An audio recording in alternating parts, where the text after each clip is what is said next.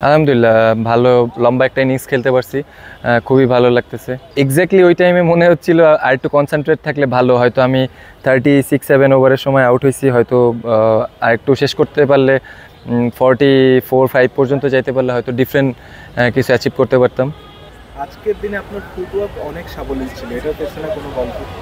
না, specific footwork নিয়ে ওরকম আমি লাস্ট 2 বছর ধরে যেভাবে কাজ করতেছি, যেভাবে ব্যাটিং করতেছি, ওই সেম প্রসেসেই ব্যাটিং করছি, হয়তো বেশি অ্যাক্টিভ মনে হয়েছে মাঠে। অনেকেরই মানে ধারণা যে আপনি হয়তো লেগ সাইডে একটু বেশি খেলতে পছন্দ করেন, কিন্তু অফ সাইডের বল আজকে যেভাবে খুব ভালো মতো খেলছেন, মানে এইটা নিয়ে অবশ্যই কিছু বলতে হবে। হ্যাঁ, অবশ্যই কাভার, এক্সট্রা কাভার দিয়ে আমি লাস্ট বেশ কিছুদিন যাবৎ কাজ করতেছি। ধরেন এনসিএল থেকে এই জিনিসগুলি করতেছি, যে কিছু কিছু স্পেসিফিক জায়গা থাকে যেসব জায়গাতে রান করতে পারলে ভালো লাগে। তো ওইখানটাতে আজকে একটু হয়তো বেশি রান করছি, চেষ্টা করছি যে ওইখানের বলগুলি যেন মিস না হয়।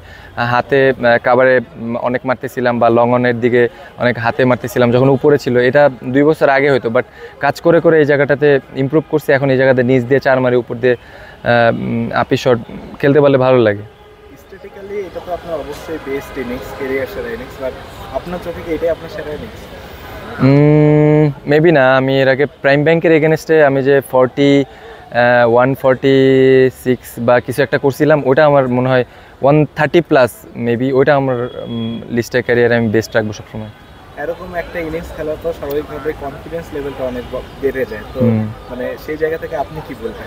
না, অ্যাজ এ টপ অর্ডার আপনার সবসময় কনফিডেন্ট নিয়েই থাকতে হবে।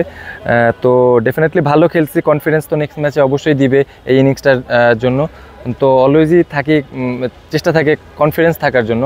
নেক্সট গেমেও নতুন করে স্টার্ট করতে হবে, যতই কনফিডেন্ট থাকি 0 থেকে স্টার্ট করতে হবে। তো ফোকাসটা আরও বেশি রাখার চেষ্টা করব। একদম শেষ প্রশ্ন, 426 রান মানে অনেক বেশি রান, 422। তো এটা একটা হিস্টোরিক ম্যাচ বলা যায়, কারণ এত রান কখনো প্রিমিয়ার লিগের ইতিহাসে হয়নি, আর আপনার অনেক বড় একটা অবদান আছে এত রান হওয়ার পেছনে। তো এরকম একটা ম্যাচের অংশ হতে পেরে আসলে কেমন লাগছে? আমি আসি দেখে তো এরকম অংশ হয়েছে। না, অবশ্যই এরকম যখন হয় খুবই ভালো লাগে। টিমের জন্য এরকম ভালো কন্ট্রিবিউশন রাখতে পারলে হয়তো এরকম এত ভালো শেষ হবে এটা বুঝতে পারি না, কিন্তু অ্যাজ এ টপ অর্ডার আপনি যখন এরকম একটা ভালো স্টার্ট দিতে পারবেন তখন আপনার ভালো লাগবে। তো এরকম ভালো একটা টোটাল দিতে পারে খুবই ভালো লাগতেছে। আর যেহেতু এটা কি হিস্টোরি না, তা তো আমি জানতাম না, শুনলাম এখন আপনার কাছে, তো ভালো লাগতেছে। আক্ষেপ নাই, ভালো খেলতে পারছি। কত করছি ভাই? 176 করতে পেরে অবশ্যই ভালো লাগছে, কোনো আক্ষেপ নেই। ব্রাদার্স ইউনিয়নের বোলিং লাইনআপ সম্পর্কে কি বলবেন?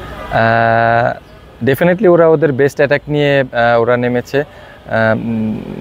ওইভাবে আমি পার্সোনাল কোনো অপিনিয়ন দিতে চাই না। আমি আমার বেস্টটা খেলার চেষ্টা করছি।